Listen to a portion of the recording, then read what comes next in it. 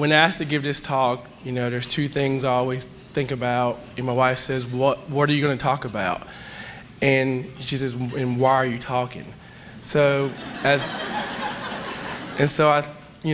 thing we talked about today is, I started out with is ulterior motive and what is your reason for doing it. So, ulterior motive is why give this talk? What do you get from it? Everybody says when you're growing up from the country is, you're doing this for a reason. What is your reason? So,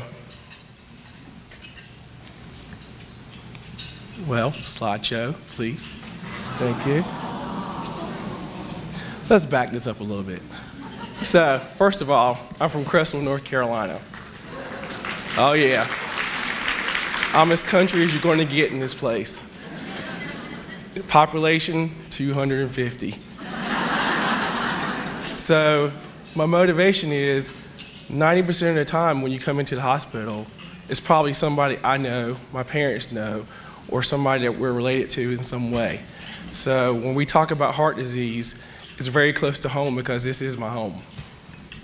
The second one is, when you wake up every night, you think about, man, I really don't want to go into hospital, but you feel you're going to take care of somebody and change somebody's life. So, but my real love is hunting and farming. I'm country and I like to do it. So my goal is, at least last year my goal would have been, if I keep one person in this room from coming in at night, I get to spend more time out in the outdoors and I get to farm more. But this year, I get to spend one more hour at home with my new daughter. So listen very closely, because if you learn the things that I teach you tonight, and I'm not going to hit on the numbers, and this is not some test that you have to take, but maybe I'll prevent one person in this room from coming in at night, and then I get to sleep and spend more time with my daughter. All right. So the objective tonight is identify the risk factors of heart disease, understand the warning signs and symptoms of heart disease, and understand the role that you play in the patient-physician relationship in preventing heart disease. So these are three things that you can take from this, but the last thing is the most important. What role do you play and what do you do to help your physician and your doctors take care of you? So who's at risk and why should you care about heart disease? Everybody's at risk. It doesn't matter how old you are, how young you are, how active you are. There is a likelihood that somebody you know or yourself will have heart disease in your life. So, the earlier you start, the better. If you haven't started, it's not too late to start. And if it's too late and you have it, there's lots of things you can do to make it better. Once you have it, it's something that will be with you for life. Patients ask you all the time, if I get heart disease, well, can you just make it go away? The answer to that is no.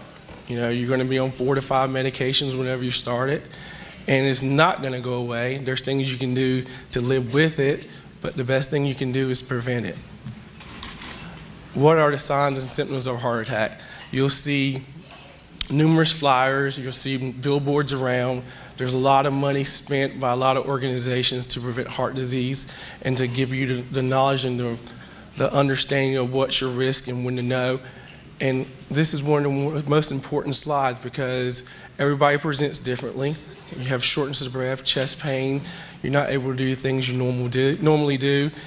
And a lot of people say, especially around here, that I just don't want to bother anybody. I don't want to go to a doctor because I don't want to waste anybody's time. Well, you're not wasting anybody's time because everybody's is precious, and whatever we can do to make you feel better is what we're here for. So be aware of your symptoms, know your numbers, and this is what the risk factors and what we're kind of talking about today, is that you should always know your blood pressure, you should always know your cholesterol, you should know your weight, what's your blood sugar. These are the risk factors and the things that you can't control, because certain things you can't do anything about. You can't change your genetics, you can't change who you are, but you can change what you eat, So we're learning about that today a little bit. And you can change how much you exercise and know your numbers and help your physicians. So these are the cholesterol, the things you should know, and there's a little pamphlet in your bag that you can take and write down this. And then I think there's several apps that you can get on your phone if you're technologically savvy around here, that you can use to record your data, take it to your physicians, and they can help you make the right health decisions. So know your cholesterol. There's good cholesterol, there's bad cholesterol. I'm not here to beat you over the head and tell you what number is good, and that's what you pay your doctors for. So just know what your number is, and then they'll know how to adjust that to help you and decrease your risk. Know your blood pressures. Same thing. Everybody's blood pressure different, and everybody has a different blood pressure goal for their risk. So know your blood pressures. Write them down on a piece of paper. If you want to get your little blood pressure cuff at home and record it, and when you come to see your doctor, bring that list to them. When you talk to your doctor, if they act like they don't really want to look at your blood pressure, get another doctor. The key is you pay for what, you're a consumer. You pay to see your doctor. We're there to listen to you. So, like everything else, if your plumber was mad at you, you wouldn't keep the same plumber. So if your doctor doesn't listen to you, there's a bunch of more. I might get in trouble for saying that, but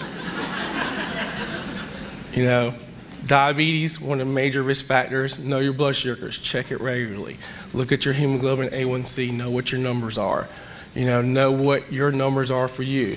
If you're 6 and, there's different numbers. If you're 6 and you have no other risk factors, that's great. Or you may be 7. It just depends on what your risk factors are, and that's how you can individually tailor your plans. Know your weight. Eastern North Carolina, we're a little fluffy. That's okay. I'm a little fluffy up here too, and I'm okay with it. But you should know your risk factors. And if you got 1 or 2 risk factors, weight plays a bigger one. If you're a little fluffy and you exercise every day, you may not be able to change that. But know what it is, know how to adjust it, and know what you can do about it. And so eat well, don't smoke. These are all the risk factors you should know. And finally, I like to keep it short and sweet.